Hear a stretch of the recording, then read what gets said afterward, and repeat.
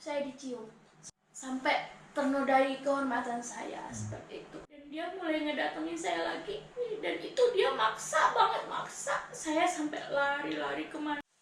Assalamualaikum warahmatullahi wabarakatuh. Apa kabar sahabat-sahabatku dimanapun kalian berada? Mudah-mudahan semua sahabat sehat dan mudah-mudahan selalu dalam lindungan Allah. Amin ya rabbal Saya alamin. ucapkan selamat sore dari kota Taif ya.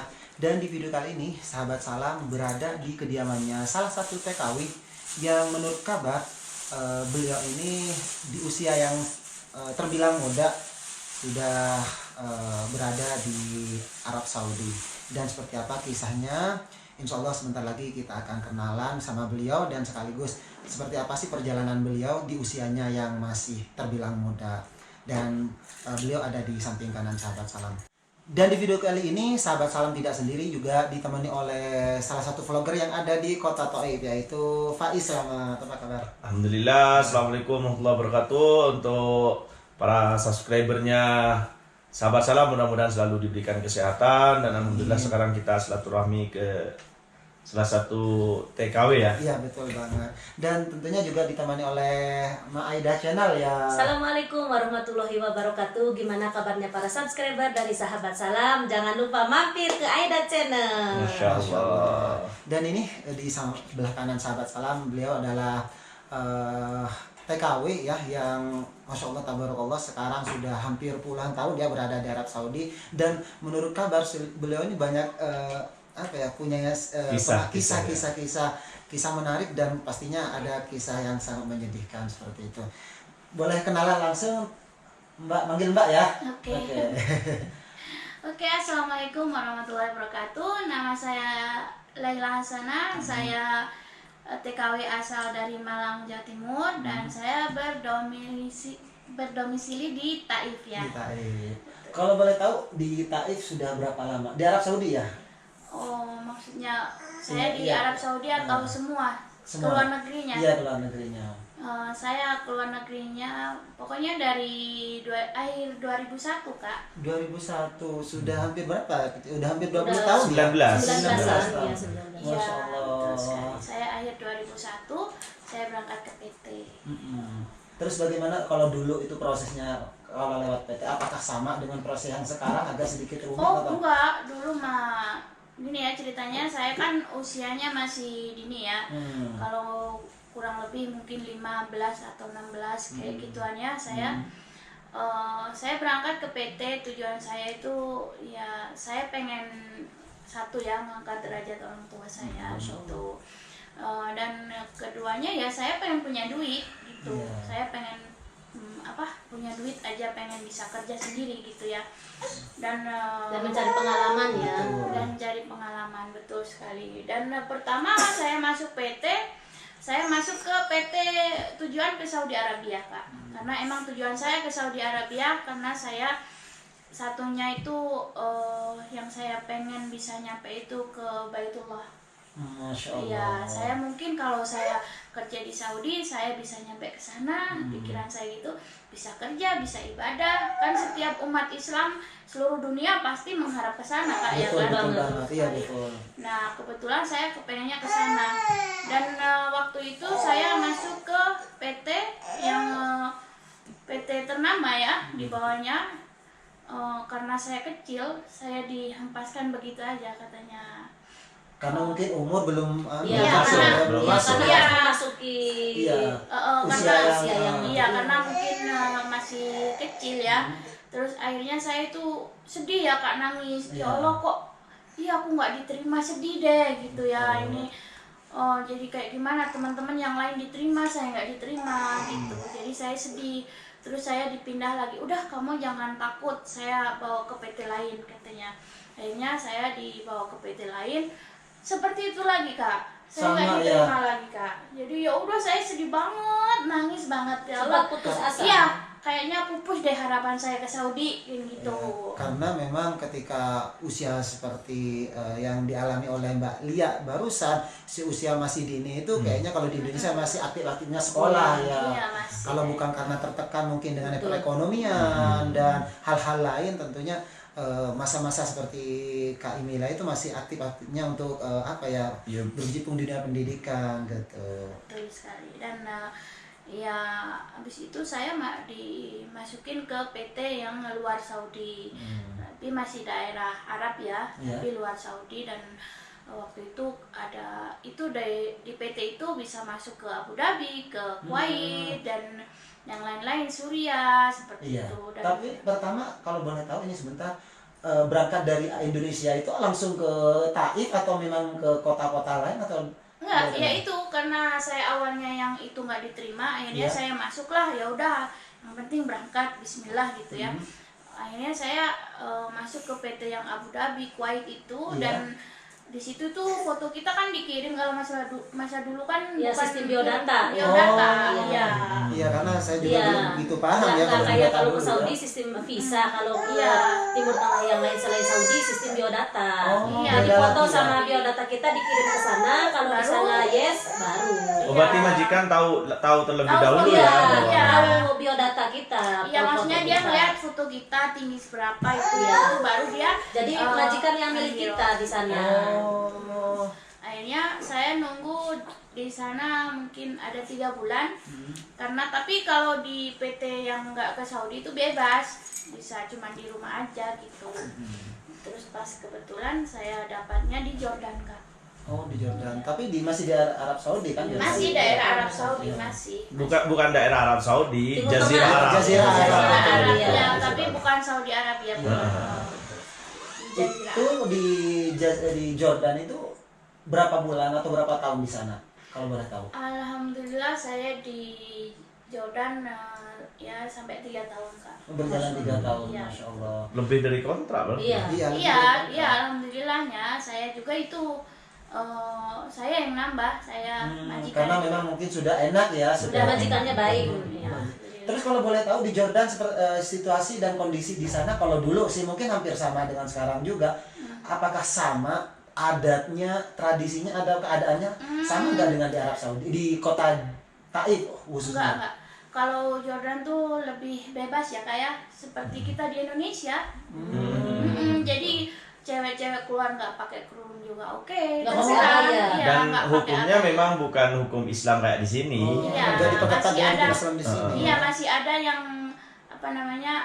non Muslim juga banyak di sana. Oh, Jadi bebas kayak di kita, kayak di mana di Indonesia gitu. Dan Misalnya belanja pakai baju kayak ini boleh ya? oh boleh, justru pakai jeans, nggak pakai kerudung, pakai lengan pendek. Ada juga ya kayak Boleh, gitu?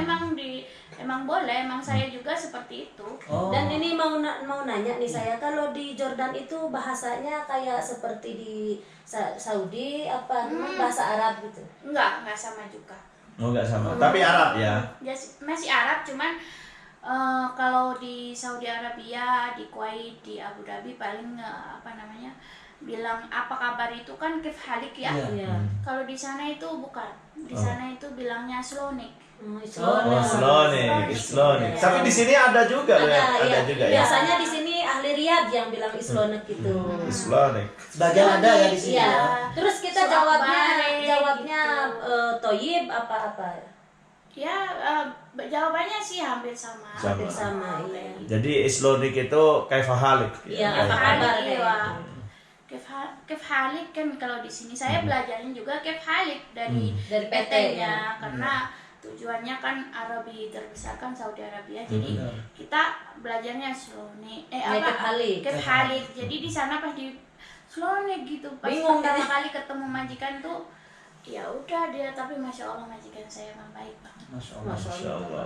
Nah, alhamdulillah ini sekelumit sudah dijelaskan oleh Kak Emilia Official terkait dengan keadaan di Jordan, ya, Jordan. karena termasuk dari Jazirah Arab Iya, juga iya, ya, iya. Masya Allah. Dan kalau boleh nanya nih sedikit tentang pengalaman, apa sih pengalaman yang paling berkesan selama bekerja di Jordan? Mungkin bisa diceritakan. Ini mudah-mudahan menjadi pelajaran untuk kita semua, entah dari pengalaman manisnya atau entah dari pengalaman pahitnya. Tentunya mudah-mudahan video ini bisa menginspirasi atau menjadi pelajaran untuk sahabat-sahabat semua supaya kedepannya lebih baik lagi ataupun lebih meningkat lebih introspeksi diri lagi dari segala hal. Intinya pelajaran bagi para calon TKI atau TKW atau orang yang sudah ada di sini yang masih baru-baru yang ada di sini. Nah, boleh diceritakan pengalaman-pengalaman yang menarik atau pengalaman unik ataupun pengalaman yang sedih sih? Dari yang apa? Yang unik dulu lah. Yang menarik dulu, menarik ya. Yang menarik dulu, oke. Dari bandara saya dijemput sama pasangan muda, cantik dan ganteng gitu, masya Allah. Terus aku pikir dia majikan aku. Majikan aku kayaknya ini masih muda, pengantin baru, apa pikiran aku di jalan. Terus pas nyampe di rumah ada ibu-ibu, dia langsung nyambut saya, Slonik, langsung saya dirangkul ya, saya salam kan, namanya saya baru pertama minder apalah kak ya, baru masuk rumah orang nggak dikenal. Terus dia itu langsung nyalamin saya dipeluk, saya dicium. Sama ibu-ibu itu ya? Sama majikan perempuan saya itu. Oh ternyata yang jemput itu bukan majikannya? Bukan, ternyata dia anaknya sama tunangannya. Oh. Karena kalau di Jordan walaupun masih tunangan bisa jalan bareng. Oh gitu. Oh, nggak seperti kayak Memang, di Arab Saudi. iya, memang sudah ada kebebasan mungkin di sana. Iya, emang di sana emang bebas. Akhirnya saya dipeluk, dicium, masya Allah gitu, dengan kayaknya seneng banget gitu saya datang gitu. Akhirnya saya udah kamu mandi, terus disiapin makan kayak gitu. Pokoknya saya dijamu dengan baik dan saya suruh istirahat juga, suruh nggak langsung kerja nggak, saya disuruh istirahat tidur, dibiarin Kenyang. capeknya saya lah tidur. Ya karena capek ya Perjalanan jauh dari Dan Indonesia. kebetulan juga. saya waktu di bandara itu nyampe 2 hari saya nggak dijemput. Iya, saya 2 hari belum dijemput karena nggak ada yang ngasih tahu ke majikan itu. Terus komunikasinya gimana kok bisa pas ketemu di telepon majikannya itu? Entah, saya nggak tahu. Mungkin Ya, dari mungkin pihak jawab bisa dari Saya- pihak kepolisian. Saya ditinggalin di bandara itu 2 hari, iya.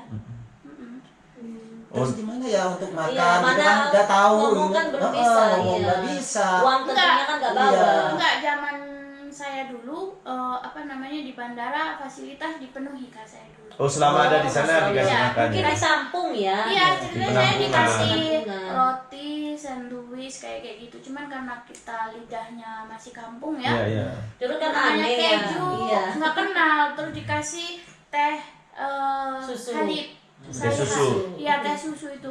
Kok aneh ya rasanya, kok gini ya gitu. Nggak sama kayak yang di Indonesia Nggak ya? sama kata saya. Terus rotinya kok rasanya gini, kok nggak ada selai nanas kah gitu. Nggak ada. Nggak dari nasi ini kalau pagi. Kita kan biasa Ya, nggak sarapan biasa aja nasi. nasi. Mungkin kalau roti mungkin isinya selai kayak gitu Iya. kan udah nggak aneh walaupun pagi gitu. Betul, ya. betul. Cuman Coklat apa gitu. iya, itu dikasih ada keju, ada telur.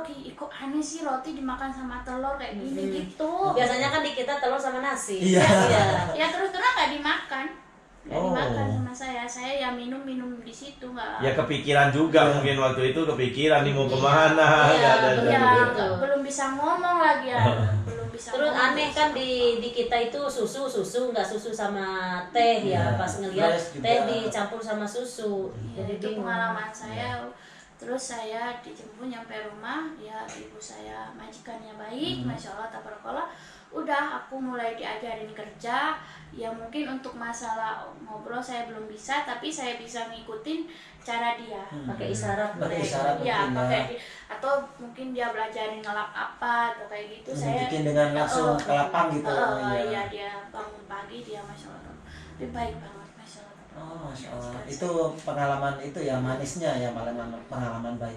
Terus kalau pengalaman yang mungkin kurang enak, kurang baik lah untuk Kak Imile apa saja? Oke, sebentar.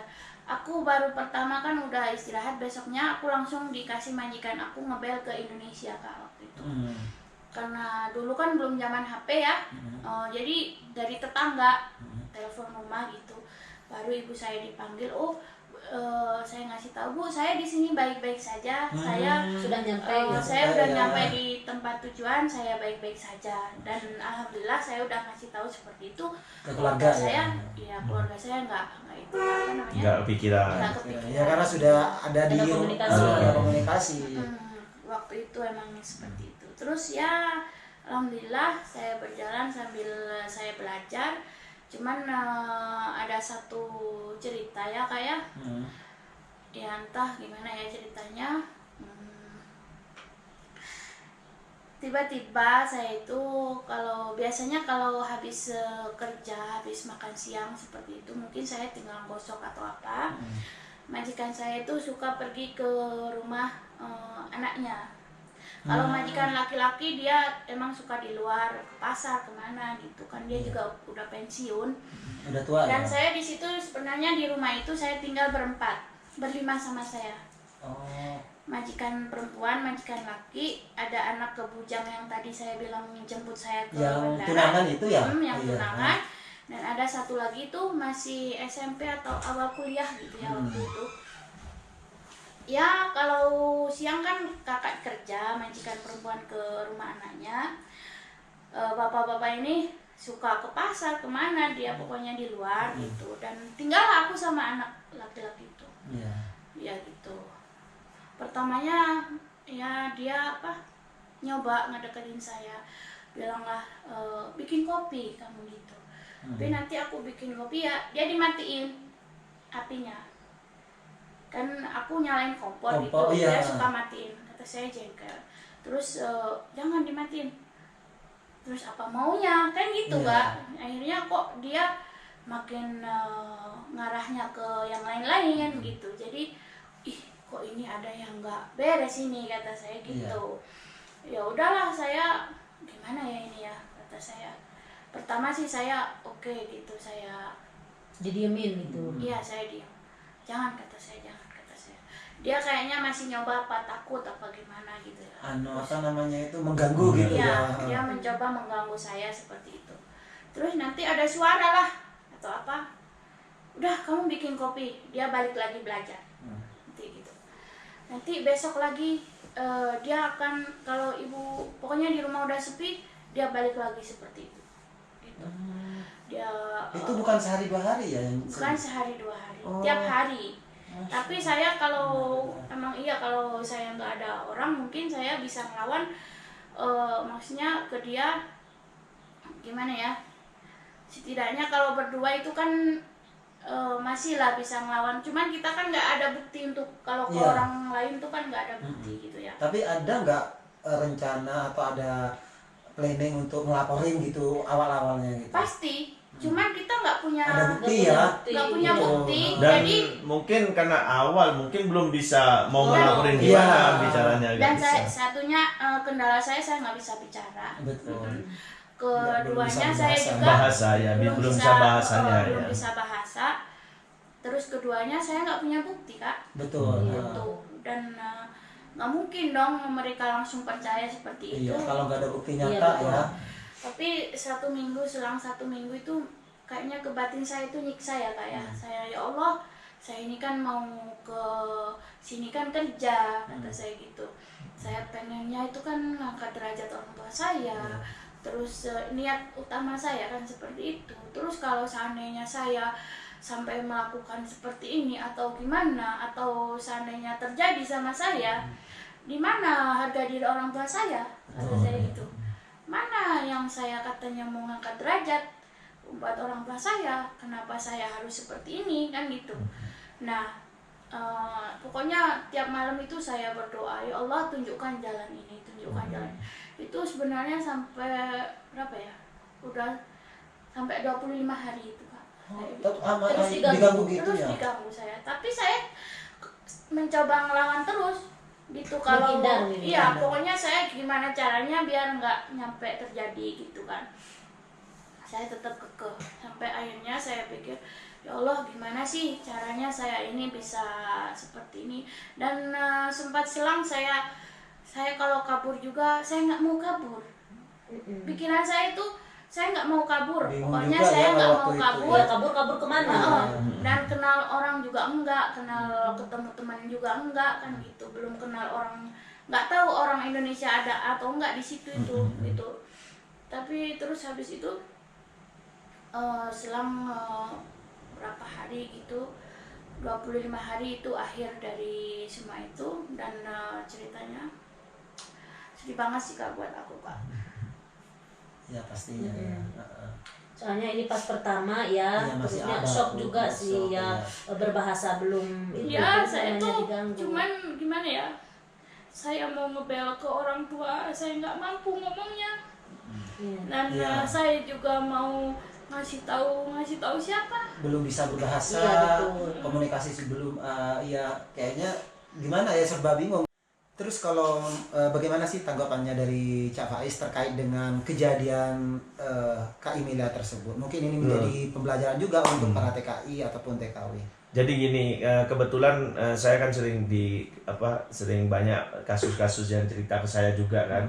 Memang di orang TKW itu pertama kali sudah sampai di sini dengan tekad yang kuat dari Indonesia, dia ingin melaporkan kejadian di sini ke orang tuanya, itu biasanya nggak enak, kasihan takut orang tua kepikiran. Jadi sebisa mungkin dia masih menahan gitu. Iya. Sedangkan di sini dia masih belum bisa berbicara. Ingin melaporkan kejadian yang misalnya Yang anak terjadi, majikan iya. itu mengganggu, biasanya TKW kan belum bisa bahasanya dan dia masih takut malah tambah dibenci kan, seperti itu. Biasanya seperti itu, dan sering terjadi memang gangguan dari anak majikan seperti itu. Pikiran saya entah apa yang harus saya lakukan. Saya nggak bisa bicara dan saya juga belum punya bukti, dan gimana saya harus ngomong dan kepada siapa saya harus ngomong, saya nggak tahu. Dan pastinya saya cuman bisa curhat sama Allah. Ya Allah, gimana sih ini, kok harus seperti ini, apa yang harus saya lakukan? Dan saya gitu, saya kesini kan niatnya saya pengen ngangkat derajat orang tua saya pengen berhasil. Ya Allah, saya nggak mau seperti ini gitu kan. Dan saya pikiran di hati itu nggak ada niat sama sekali saya kabur. Saya nggak mau kabur, dan dalam prinsip saya nggak mau kabur emang. Masih bisa bertahan. Iya, walaupun saya gimana saya harus punya jalan gimana caranya saya bisa Keluar dari masalah itu. iya, pokoknya bisa selesai dari masalah ini. Emang sampai seberapa dalamnya sih itu anak majikan sampai itu mengganggu sampean? Iya, pokoknya ya nggak enak aja lah pokoknya. Kalau ya parah sih menurut aku ya. Ya pokoknya dia sampai kita gimana ya, susah sih ngomongnya ya, karena itu pribadi ya, karena itu saya nggak bisa cerita seperti itu. Cuman parah. Tapi ini anak majikan itu ganggunya itu nyolek apa Iya, ngomong kotor Ya, biar gitu, ini apa menjadi gimana? pelajaran juga Iya, buat betul. sahabat yang mungkin sebagian TKW yang mau berangkat ke Arab Saudi, biar ini menjadi pembelajaran Iya. juga agar lebih hati-hati juga. Iya, betul. Karena tidak semua majikan itu baik, dan tidak semua Tidak semua majikan jelek itu. ya. Terus cara menghindarnya gimana itu, Mbak Emilia itu? Ya saya bilang Lah gitu ya. iya, saya kan cuman nggak bisa bilang apa-apa juga kan. Saya cuman bilang lah. Ya karena belum bisa ngomong juga ya, cuman bilang lah Kata kayak saya gitu. bilang lah fi Allah, kata saya. Ada Allah melihat kita, kata saya gitu kan. Dan saya nggak mungkin, kata saya nggak mungkin seperti ini, kata saya nggak mau, kata saya gitu. Dia mencoba. Nanti seandainya ada suara pintu atau apa, pasti dia balik lagi ke kamarnya. Oh, kalau dengar ada yang datang gitu ya. Atau sesuatu yang itu, udah kamu bikin kopi, katanya gitu. Dia balik Pura-pura. lagi ke kamarnya, dia belajar gitu. Dan itu menyiksa banget ya, itu sampai berapa minggu ya, sampai saya itu harus berbuat apa saya nggak tahu. Cuman intinya saya selalu cari cara untuk saya bisa ngebuktiin ke orang tuanya, ya kan? Ya benar-benar saya waktu itu di kamar saya nyoba gimana ya kalau saya robek baju saya nyoba. Sempat ke kamar juga? Iya, enggak, saya sendiri pertama, saya sendiri nyoba gimana ya saya kalau robek baju Cuma saya. mau membuktikan ke keluarganya, ke orang Iya, tuanya. saya gimana ya saya robek baju saya nggak bisa, saya merobeknya nggak bisa, saya nggak bisa robek baju saya. Terus akhirnya saya udah capek ya sama ngadepin dianya. Saya udah capek, saya harus berbuat apa ini? Ya Allah, kata saya sambil sholat. malam saya minta, ya Allah tunjukkan mukjizatmu, tunjukkan mukjizatmu. Kalau saya masih ada rezeki di sini, tunjukkan ya Allah, kata saya gitu. Tujuan saya pengen ngangkat derajat orang tua saya, kata saya gitu. Saya pengen hidup kita lebih baik. Betul, seperti itu. ya. Ya tentunya kita kerja gak tenang, tidur juga gak tenang ya kalau terus-terus serba nggak tenang gitu ya. Dan terus habis itu saya, ya Allah tunjukkan. Dan saya udah mulai muak dengan semuanya. Dan ini hari kedua, malam ke-25 saya juga mohon sama Allah, ya Allah, kalau memang saya masih kamu takdirkan di sini, kasih jalan ya Allah. Tapi kalau nggak ada, ya Allah jangan sampai saya berbuat sesuatu itu gitu. Kalau bisa cabut nyawa saya ya Allah. Saya bilang seperti itu karena saya nggak mau ibarat kata sampai ternodai kehormatan saya seperti itu. Dan besoknya pas tanggal 25 itu seperti biasa majikan keluar dan dia mulai ngedatengin saya lagi, dan itu dia maksa banget, saya sampai lari kemana-mana, saking saya berusaha menghindar, menolak dah, berontak dari dia, sampai lari ke kamar majikan juga, saya kasur juga saya lari, saya loncat, saya apa sampai robek spraynya. Gimana caranya saya bisa nolak gitu ya? Pas hari itu, hari terakhir kayaknya, dan saya itu di kamar saya terakhir ya, ada sebuah lemari yang isinya perabotan, dan di situ ada pisau juga Kak ya. Entah gimana caranya saya ngambil pisau itu. Kata saya, kalau kamu ngedekat saya bunuh diri, kata saya gitu. Kalau kamu ngedekat saya bunuh diri. Kata saya, enggak, kata dia, kamu jangan mati, kata dia gitu. Dia juga berusaha ngambil pisau dari saya. Kebetulan ada yang khawatir juga. Iya, takut. Situasi kayak gitu khawatir juga. Iya, dia udah mulai ketakutan juga. Dan saya emang itu udah nekat Kak, udah nggak tahu apalagi yang harus saya perbuat. Saya udah nekat, saya kalau sampai terjadi sesuatu gitu. lebih baik saya mati lah, kata saya gitu. Terus akhirnya nggak tahu kenapa ada yang ngedor pintu dan kakaknya yang datang. Dan di situ pertama saya dilarang untuk membuka pintu tuh. Saya lari, gimana caranya dia berontak saya. Akhirnya baju ini saya robek sendiri. Saya robek, kok bisa ya? Padahal tadinya saya itu karena udah jawaban dari doa-doanya ya Allah, gimana caranya? Baju tuh saya robek, langsung robek, langsung saya lari ke pintu. Dibuka pintu itu, langsung aku merangkul. Ternyata itu kakaknya, aku langsung rangkul dia dan dia merangkul aku. Katanya, ada apa katanya. Kalau bahasa Jordannya itu Sufi gitu kan. Bukan SV ya kalau di sini. Kalau di sana itu Sufi katanya. Saya nggak ngomong apa-apa, saya cuma bilang begini, lihat aja, lihat iniin sama saya itu.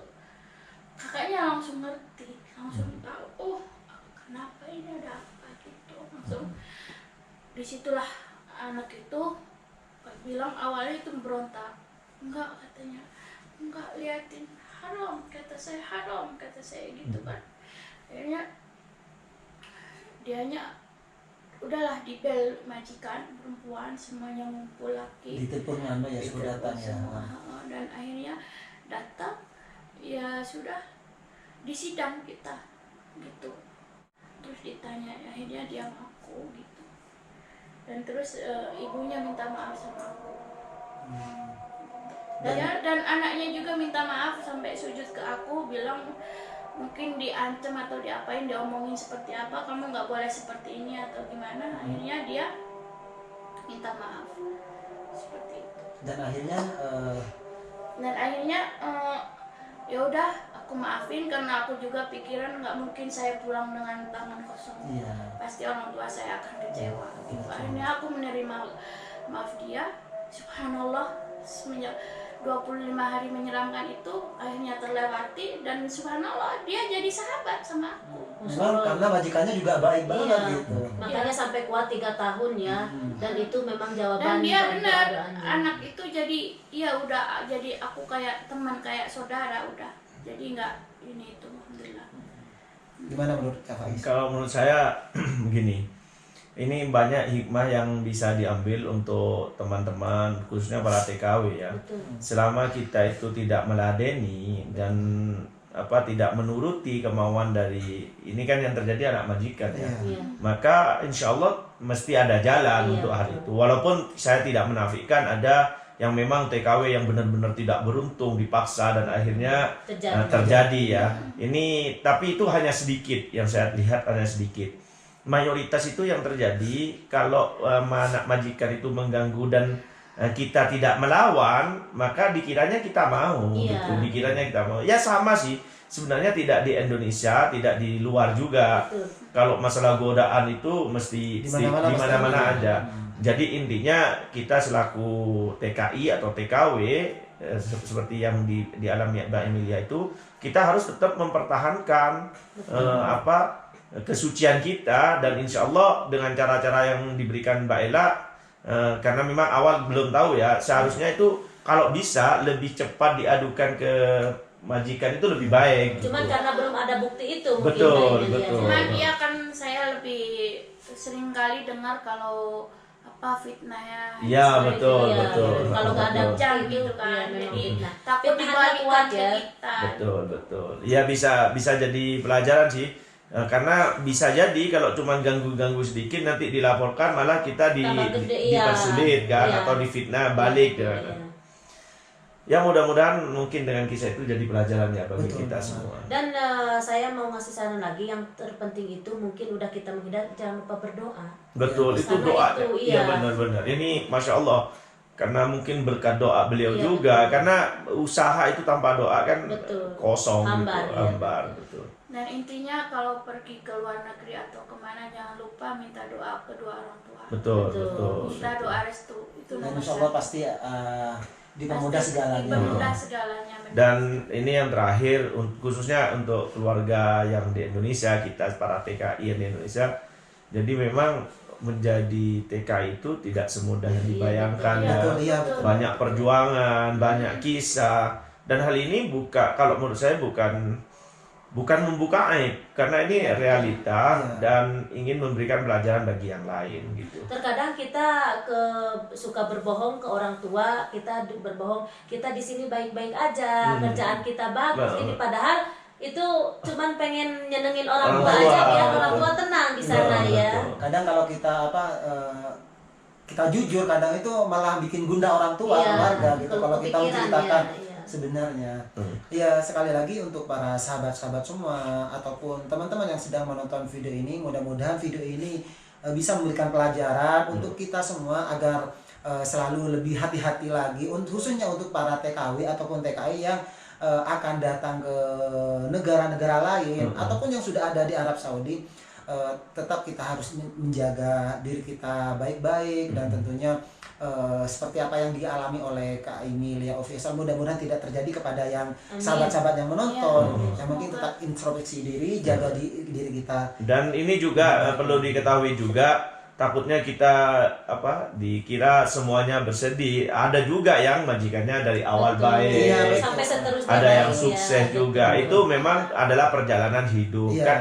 Dan setiap orang memang memiliki perjalanan hidup Betul. masing-masing. Iya. Ya, ada ujiannya masing-masing. Betul, Gitu, betul. seperti itu. Dan mudah-mudahan semua sahabat yang menonton ini diberikan kesuksesan dan mudah-mudahan video ini bermanfaat. Dan jangan lupa ya untuk para sahabat semua, karena beliau ini punya channel juga namanya Emilia Official ya. Ya, Masih terbilang baru ya, mohon dukungannya untuk sahabat-sahabat semua agar beliau lebih aktif lagi berbagi informasi seputar Arab Saudi, wabil khusus yang ada di kota Taif. Betul. Pokoknya support channel kita semua, khususnya ada Emilia Official dan ada Aida channel dan juga ada Faiz Selamat. Berikan dukungan yang terbaik untuk kami agar kami lebih kreatif lagi, lebih aktif lagi berbagi informasi seputar Arab Saudi. Betul. Kami dari Kota Taif, kami akhiri dulu.